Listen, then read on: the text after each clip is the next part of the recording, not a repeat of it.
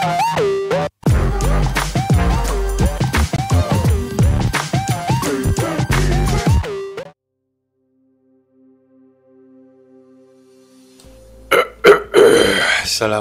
guys, apa khabar? Alright, so hari ni saya nak buat video untuk pair US Index ataupun DXY. Okay, so video ni saya tujukan khas untuk Abang Zafrin dan juga sahabat-sahabat yang lain. Alright, so kenapa? Sebab Abang Zafrin ada tanya saya, adakah pergerakan DXY yang dia mapping itu betul ataupun silap? Okay, pertama sekali saya nak bagi tahu, dalam Elliott Wave tidak ada betul dan tidak ada salah. Yang ada hanyalah alternate counting. Kena ingat yang tu. Okay, so mungkin apa yang Abang Zafrin tandakan itu betul, mungkin apa yang saya tandakan ini betul. Dia begitu. Kami mungkin untuk orang yang menggunakan pemahaman ataupun menggunakan teori Elliott Wave, tidak ada betul ataupun tidak ada salah. Dia ada kiraan, okey, Abang Zafrin ada kiraan Abang Zafrin, saya ada kiraan saya, okey. Cuma apa yang menentukan nanti adalah pergerakan yang membuat wave itu sendiri. Daripada situlah kita akan gunakan alternate, kita punya skill untuk membuat alternate count. Di situlah nanti kita akan mengubah kita punya penandaan. Gitu. Alright. Okay, so tanpa membuang masa, Abang Zafrin dan juga sahabat-sahabat lain, ini adalah mapping untuk you guys. Alright. Okay, so first kali, apa yang saya dapat lihat, ini adalah initial counting saya sebelum ini. Kalau tak silap 2 minggu lepas kot, kalau saya mungkin kalau saya boleh recall balik, ini adalah kiraan di mana saya menjangkakan yang ini telah komplit dan sekarang dia akan membuat kenaikan. Okey, macam Abang Zafrin pun dia pun menandakan akan ada kenaikan, tetapi kita perlu lihat daripada scale yang besar di mana. Okey, first kali, apakah yang bakal terjadi pada pergerakan yang latest ini? Sebab ini semua kita dah tandakan. Okey, macam saya pun melihat ini adalah pergerakan dia, di mana A membuat penurunan B dan seterusnya membuat C, di mana ini kita dapat lihat seperti expanding flat. Gitu. Kalau ikut kiraan mungkin lepas ni dia jadi triangle, kita tak tahu. Apa yang kita tahu adalah benda yang paling penting, ini adalah invalidation, betul tak? Okay, ini adalah kita panggil level invalidation, di mana kalau dia break yang sini bermaksud dia akan bergerak meneruskan perjalanan dia. Ini yang kita tandakan, di mana ini kita panggil invalidation. So kalau yang ini dilanggar, bermaksud dia akan membuat kenaikan lagi. Jadi resistant pula. Pening. So saya ambil resistant, dia jadi apa? Invalidation.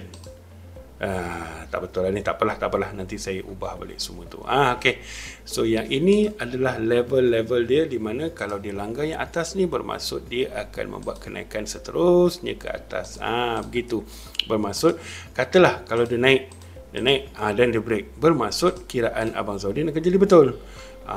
Ataupun dia membuat penurunan dan seterusnya dia break level yang di bawah ini pula, bermaksud kiraan saya betul. So bagi saya tak ada masalah di situ. Kita hanya melihat kebarangkalian ke manakah pergerakan dia. Itu sahaja. Okey. So, apa yang saya dapat lihat untuk pergerakan DXY, okey.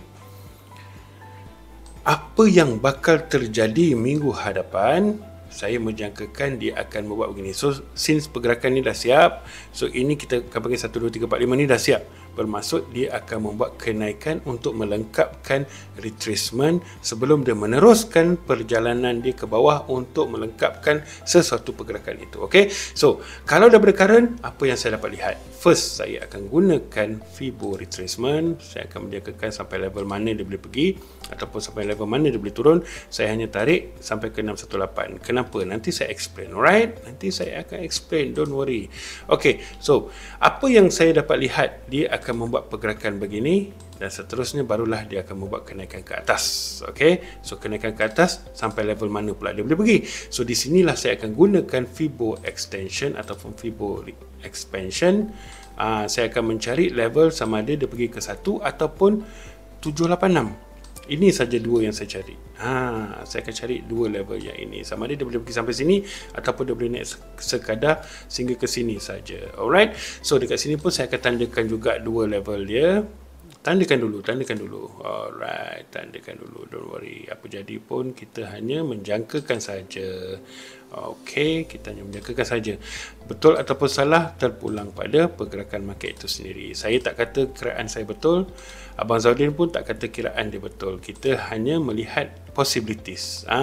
Nanti end up nanti kita akan lihat, oh maknanya Abang Zaudin ni betul. So kita dah boleh prepare apakah yang bakal terjadi. Okay, so ini adalah level di mana saya akan melihat pergerakan dia nanti. So kalau saya tarik pula Fibo retracement daripada atas ni ke bawah, so area 786 ni saya akan cari.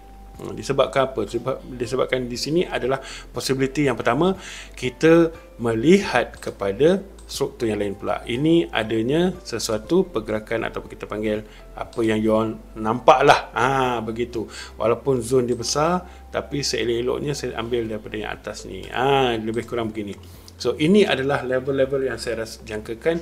Dia boleh membuat kenaikan ke atas dulu. Dan seterusnya. Dengar betul-betul. Dan seterusnya, jika betul pergerakan dia tidak melebihi level yang saya tandakan di atas ni, tukar warna bagi warna merah sikit supaya you all nampak. Okey, bawah ni pun saya tukar kepada warna merah juga supaya you all nampak. Begitu. So, kalau dia tak melebihi level yang atas ni, bermaksud dia akan membuat penurunan seterusnya. Dia sama macam storyline. Dia lepas cari yang sini, dia akan cari yang bawah pula. So, ini level bawah. Kalau kita tukar kepada line chart, ini yang kita nampak. Ini adalah level dia yang atas di mana current market price sekarang berada di tengah-tengah. Kalau dia turun bawah, dia naik atas sampai sini, mungkin dia akan pergi sampai level sini. Jika dia tak break level yang ini, dia akan turun bawah untuk pergi ke level yang ini pula. Itu sahaja. Okay? Cuma bila dia bergerak begini, kita perlu menjangkakan sampai level mana, betul tak? Kita mesti nak tahu, dia sampai mana dia boleh pergi. Di sinilah kita akan gunakan setelah apa yang kita analisa, kita menjangkakan ke manakah pergerakan yang boleh dipergi. Okey, so kalau di sini kita lihat sepertinya dia membuat wave 1 dan kita jangkakan yang ini adalah wave 2. Okey, kita tandalah kat sini. Bermaksud dia akan membuat wave 3, 4 dan 5. Gitu.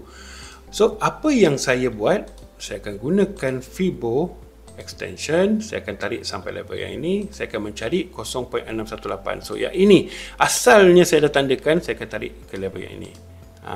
Gitu. Ni apa ni, teks ke? Apa pun saya buat ni. Oh, ni teks rupanya. Saya lupa pula teks ada di sini. Buang. Apa saya buat ni? Kita guna nak buang ini. Saya nak buang ini. Okey, so tak apa, saya tarik dulu yang sini, saya tarik dulu yang ini semua. Ni saya buang, ni saya buang, ni saya buang. Okey, so 1, 2, 3, 6 ada di sini. So saya akan tanda-tandakan dulu. Okey, dan satu adalah di sini. Kita tanda dulu sebab kita hanya menjangkakan ke manakah yang dia boleh pergi. Betul tak? So at least kita tahu yang ini adalah FE 1.0. Gitu. So kita buat center. Ni kita buat top. So nanti saya akan adjust lah. Tak boleh, tu tak cantik. Alah, time-time pagi-pagi ni lah kau nak buat macam ni. Aku nak buat cepat ni. Okay, left, kita buat left. Left kiri, kita buat kanan. Right, okay, so kita dah nampak dah. So dekat sini kita ada level-level dia yang di mana jika dia pergi, ada possibility dia boleh pergi sampai ke level yang ini. Kalau tak apa. Kita nak tengok nanti pada minggu hadapan apakah yang bakal terjadi. So kalau katakan dia pergi ke arah yang kita jangkakan, dan kita boleh mengambil peluang di situ. Bermaksud kalau di XY membuat penurunan dulu sampai ke level ini, dan gold akan membuat apa? Gold akan membuat apa? So you kena tahu gold akan membuat kenaikan. So nanti bila dia akan naik balik, gold akan membuat penurunan pula. Begitu. So kita hanya menjangkakan dulu. Kalau dilihat daripada pergerakan gold pun, gold sedang bergerak tinggi, bermaksud nanti dia akan ada satu masa dia mesti membuat apa? Dia akan membuat retracement juga, betul tak? Kalau dia nak membuat retracement, dia membuat retracement. Dan seterusnya bila gold membuat penurunan, DXY membuat penurunan ke bawah, bermaksud gold akan membuat kenaikan ke atas. Itu sahaja logical thinking yang saya dapat fikirkan buat masa sekarang. Okay, so jika dilihat daripada pergerakan, ini yang saya nampak. Okay, macam saya bagi tahu tadi, Abang Zahidin tak salah, saya pun insyaAllah tak salah. Kami berdua mungkin membuat kiraan yang betul, cuma pergerakan ataupun tempat dia berbeza, itu saja. So macam saya jangkakan akan ada penurunan seterusnya, dia akan membuat penurunan begini sampai ke level ini, membuat kenaikan dan seterusnya menghabiskan sehingga ke level yang bawah ini. So sebelum saya nak tanda-tandakan yang lain, better saya lihat sama ada pergerakan ini betul-betul mengikut apa yang kita jangkakan ataupun tidak. Sebab tak guna pun saya nak explain panjang-panjang lebar. Sebab apa yang saya dapat jangkakan first kali, yang paling penting sekali adalah yang di sini. Kita nak melihat apakah yang terjadi di sini. Faham? Ini yang penting. Hak lain belum penting lagi. Sebab ini yang penting dulu. Apa yang terjadi di sini nanti akan membuat pergerakan yang seterusnya. Begitu. Faham Okey. So terima kasih guys kerana sudi menonton video saya ini. Jika anda rasakan video saya ini bermanfaat, silalah subscribe, like dan share. Ianya sangat menolong saya dalam membuat video-video di masa yang akan datang. Okey. So Abang Zahidin, this is for you, dan juga kepada yang lain, you all boleh jadikan rujukan kepada you all punya mapping juga. Don't worry.